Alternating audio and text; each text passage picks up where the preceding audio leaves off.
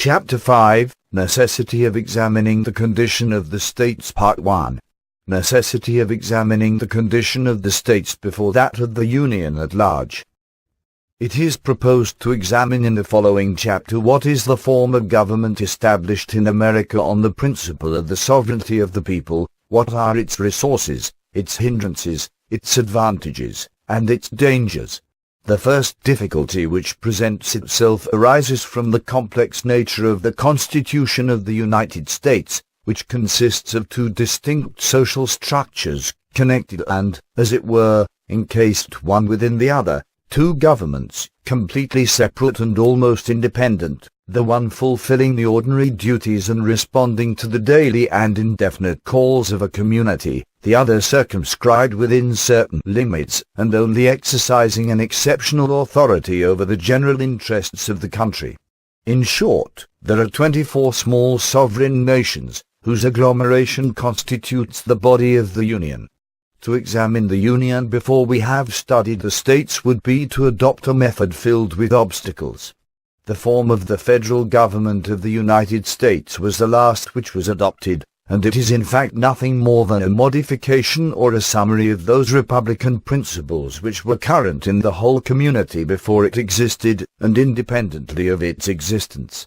Moreover, the federal government is, as I have just observed, the exception, the government of the states is the rule. The author who should attempt to exhibit the picture as a whole before he had explained its details would necessarily fall into obscurity and repetition. The great political principles which govern American society at this day undoubtedly took their origin and their growth in the state. It is therefore necessary to become acquainted with the state in order to possess a clue to the remainder. The states which at present compose the American Union all present the same features as far as regards the external aspect of their institutions. Their political or administrative existence is centered in three focuses of action, which may not inaptly be compared to the different nervous centers which convey motion to the human body. The township is the lowest in order, then the county, and lastly the state, and I propose to devote the following chapter to the examination of these three divisions. The American system of townships and municipal bodies. Why the author begins the examination of the political institutions with the township, its existence in all nations, difficulty of establishing and preserving municipal independence, its importance, why the author has selected the township system of New England as the main topic of his discussion. It is not undesignedly that I begin this subject with the township. The village or township is the only association which is so perfectly natural that wherever a number of men are collected it seems to constitute itself. The town, or thing, as the smallest division of a community, must necessarily exist in all nations, whatever their laws and customs may be. If man makes monarchies and establishes republics, the first association of mankind seems constituted by the hand of God. But although the existence of the township is coeval with that of man, its liberties are not the less rarely respected and easily destroyed. A nation is always able to establish great political assemblies, because it habitually contains a certain number of individuals fitted by their talents, if not by their habits, for the direction of affairs. The township is, on the contrary, composed of coarser materials, which are less easily fashioned by the legislator. The difficulties which attend the consolidation of its independence rather augment than diminish with the increasing enlightenment of the people. A highly civilized community spurns the attempts of a local independence, is disgusted at its numerous blunders, and is apt to despair of success before the experiment is completed. Again, no immunities are so ill protected from the encroachments of the supreme power as those of municipal bodies in general. They are unable to struggle, single-handed, against a strong or an enterprising government, and they cannot defend their cause with success unless it be identified with the customs of the nation and supported by public opinion. Thus, until the independence of townships is amalgamated with the manners of a people, it is easily destroyed, and it is only after a long existence in the laws that it can be thus amalgamated. Municipal freedom is not the fruit of human device, it is rarely created, but it is, as it were, secretly and spontaneously engendered in the midst of a semi-barbarous state of society. The constant action of the laws and the national habits, peculiar circumstances, and above all time, may consolidate it, but there is certainly no nation on the continent of Europe which has experienced its advantages. Nevertheless, local assemblies of citizens constitute the strength of free nations. Town meetings are to liberty what primary schools are to science. They bring it within the people's reach. They teach men how to use and how to enjoy it. A nation may establish a system of free government, but without the spirit of municipal institutions it cannot have the spirit of liberty. The transient passions and the interests of an hour, or the chance of circumstances, may have created the external forms of independence, but the despotic tendency which has been repelled will, sooner or later, inevitably reappear on the surface. In order to explain to the reader the general principles on which the political organization of the counties and townships of the United States rests, I have thought it expedient to choose one of the states of New England as an example, to examine the mechanism of its constitution, and then to cast a general glance over the country. The township and the county are not organized in the same manner in every part of the Union. It is, however, easy to perceive that the same principles have guided the formation of both of them throughout the Union. I am inclined to believe that these principles have been carried further in New England than elsewhere, and consequently that they offer greater facilities to the observations of a stranger. The institutions of New England form a complete and regular whole. They have received the sanction of time, they have the support of the laws, and the still stronger support of the manners of the community, over which they exercise the most prodigious influence. They consequently deserve our attention on every account. Limits of the township. The Township of New England is a division which stands between the commune and the canton of France, and which corresponds in general to the English tithing, or town. Its average population is from 2 to 3,000, so that, on the one hand, the interests of its inhabitants are not likely to conflict, and, on the other, men capable of conducting its affairs are always to be found among its citizens. Authorities of the township in New England. The people, the source of all power here as elsewhere, manages its own affairs. No corporation the greater part of the authority vested in the hands of the selectmen. How the selectmen act. Town meeting. Enumeration of the public officers of the township, obligatory and remunerated functions. In the township, as well as everywhere else, the people is the only source of power, but in no stage of government does the body of citizens exercise a more immediate influence. In America the people is a master whose exigencies demand obedience to the utmost limits of possibility. In New England the majority acts by representatives in the conduct of the public business of the state, but if such an arrangement be necessary in general affairs, in the townships, where the legislative and administrative action of the government is in more immediate contact with the subject, the system of representation is not adopted. There is no corporation, but the body of electors, after having designated its magistrates, directs them in everything that exceeds the simple and ordinary executive business of the state. This state of things is so contrary to our ideas, and so different from our customs, that it is necessary for me to adduce some examples to explain it thoroughly. The public duties in the township are extremely numerous and minutely divided, as we shall see further on, but the larger proportion of administrative power is vested in the hands of a small number of individuals, called the selectmen. The general laws of the state impose a certain number of obligations on the selectmen, which they may fulfill without the authorization of the body they represent, but which they can only neglect on their own responsibility. The law of the state obliges them, for instance, to draw up the list of electors in their townships, and if they omit this part of their functions, they are guilty of a misdemeanor. In all the affairs, however, which are determined by the town meeting, the selectmen are the organs of the popular mandate, as in France the mayor executes the decree of the municipal council. They usually act upon their own responsibility, and merely put in practice principles which have been previously recognized by the majority. But if any change is to be introduced in the existing state of things, or if they wish to undertake any new enterprise, they are obliged to refer to the source of their power.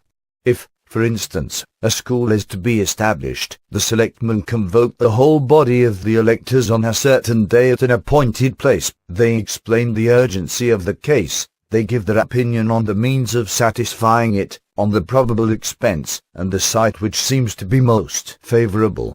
The meeting is consulted on these several points, it adopts the principle, marks out the site, votes the rate, and confides the execution of its resolution to the selectmen. The selectmen have alone the right of calling a town meeting, but they may be requested to do so if 10 citizens are desirous of submitting a new project to the assent of the township. They may demand a general convocation of the inhabitants. The selectmen are obliged to comply, but they have only the right of presiding at the meeting. The selectmen are elected every year in the month of April or of May. The town meeting chooses at the same time a number of other municipal magistrates, who are entrusted with important administrative functions. The assessors rate the township, the collectors receive the rate.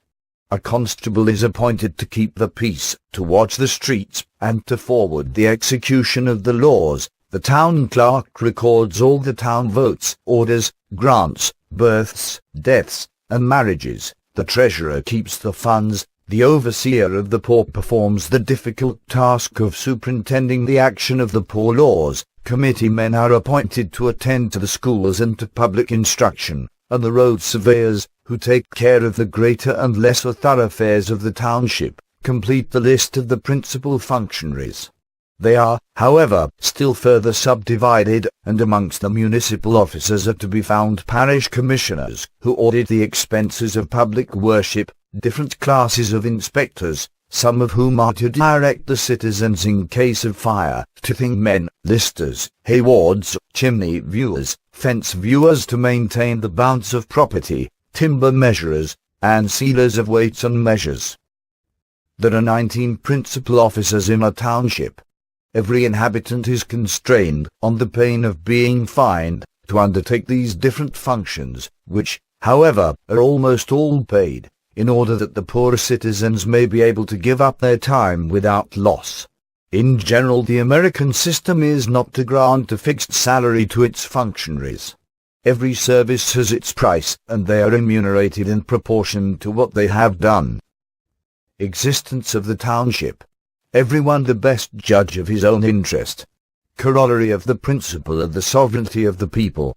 Application of those doctrines in the townships of America. The Township of New England is sovereign in all that concerns itself alone, subject to the state in all other matters. Bond of the township and the state. In France the government lends its agent to the commune. In America the reverse occurs. I have already observed that the principle of the sovereignty of the people governs the whole political system of the Anglo-Americans. Every page of this book will afford new instances of the same doctrine. In the nations by which the sovereignty of the people is recognized, every individual possesses an equal share of power, and participates alike in the government of the state. Every individual is, therefore, supposed to be as well informed, as virtuous, and as strong as any of his fellow citizens.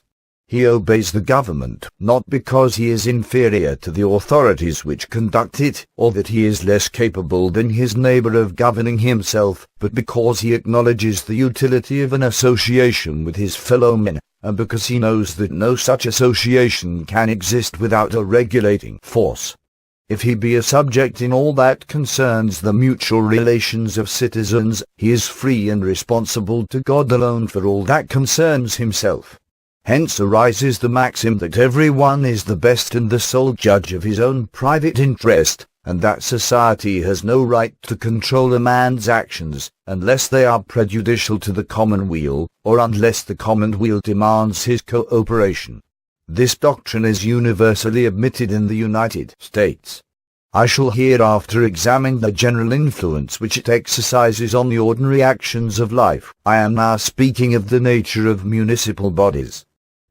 The township, taken as a whole, and in relation to the government of the country, may be looked upon as an individual to whom the theory I have just alluded to is applied.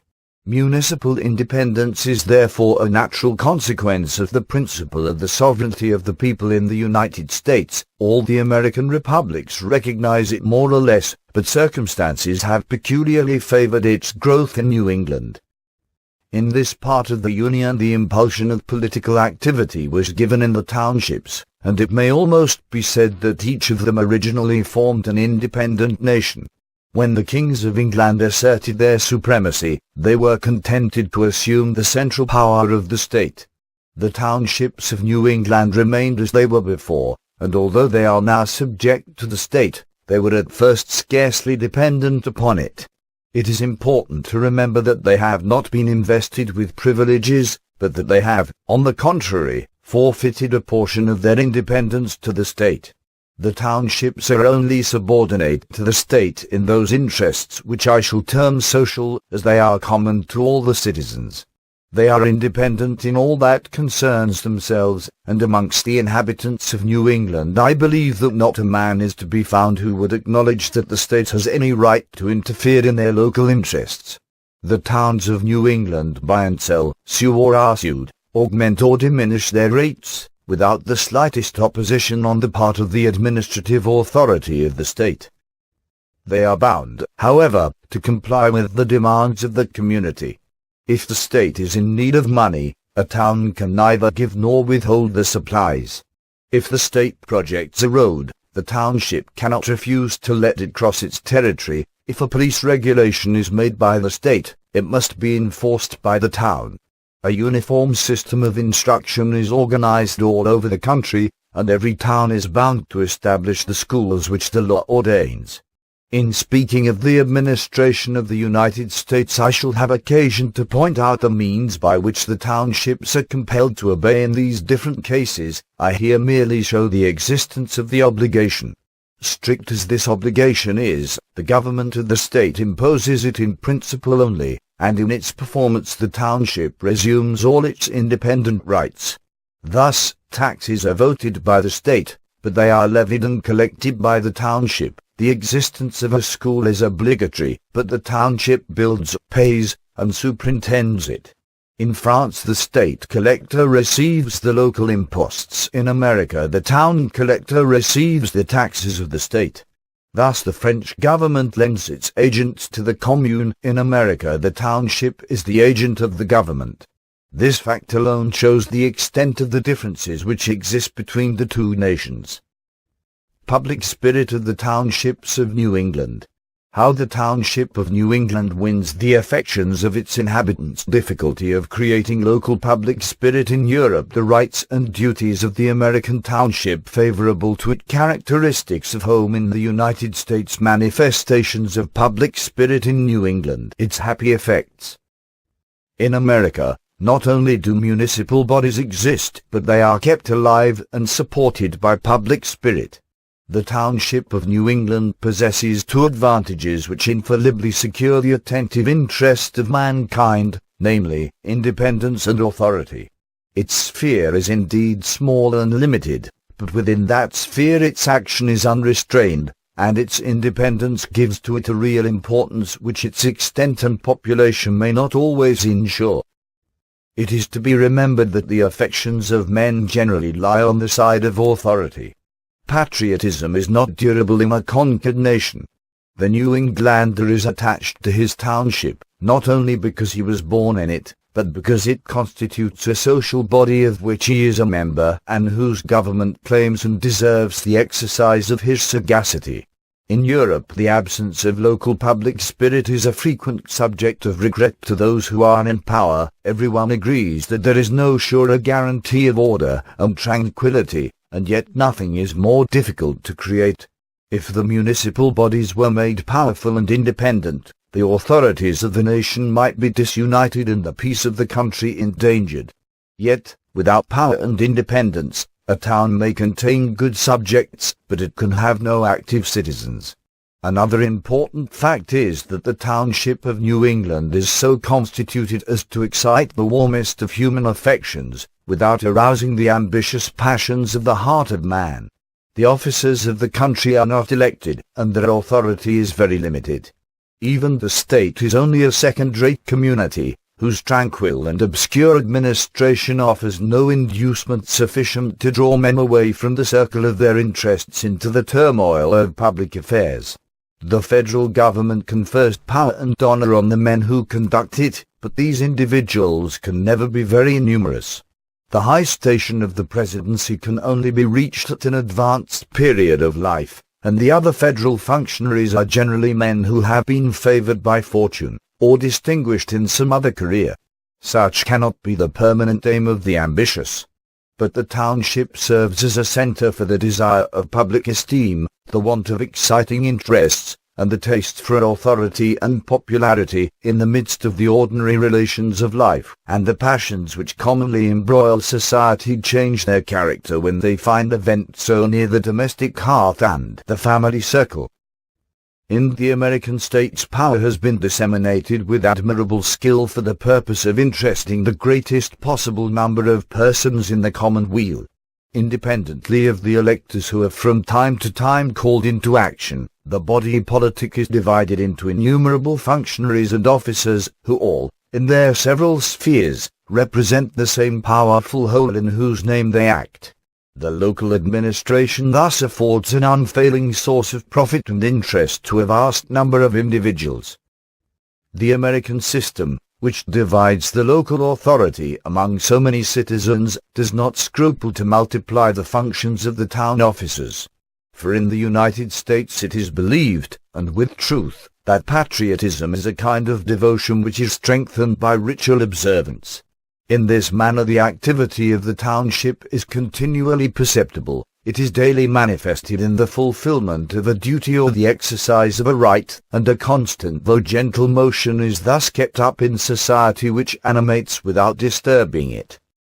The American attaches himself to his home as the mountaineer clings to his hills, because the characteristic features of his country are there more distinctly marked than elsewhere.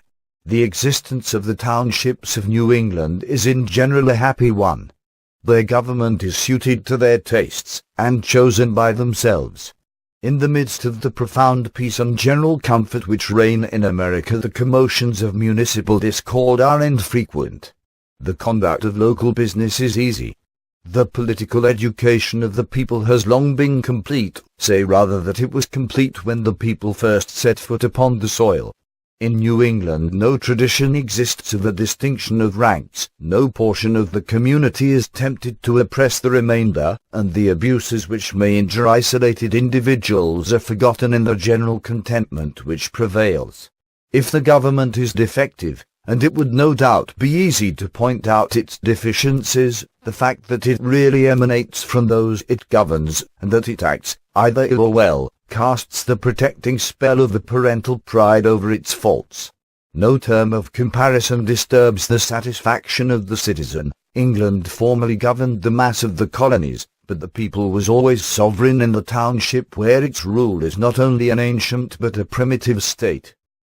The native of New England is attached to his township because it is independent and free. His cooperation in its affairs ensures his attachment to its interest. The well-being it affords him secures his affection, and its welfare is the aim of his ambition and of his future exertions. He takes a part in every occurrence in the place. He practices the art of government in the small sphere within his reach. He accustoms himself to those forms which can alone ensure the steady progress of liberty. He imbibes their spirit. He acquires a taste for order, comprehends the union or the balance of powers, and collects clear practical notions on the nature of his duties and the extent of his rights.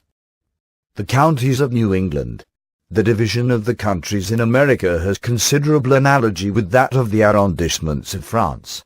The limits of the counties are arbitrarily laid down, and the various districts which they contain have no necessary connection, no common tradition or natural sympathy. Their object is simply to facilitate the administration of justice. The extent of the township was too small to contain a system of judicial institutions. Each county has, however, a court of justice, a sheriff to execute its decrees, and a prison for criminals. There are certain wants which are felt alike by all the townships of a county. It is therefore natural that they should be satisfied by a central authority.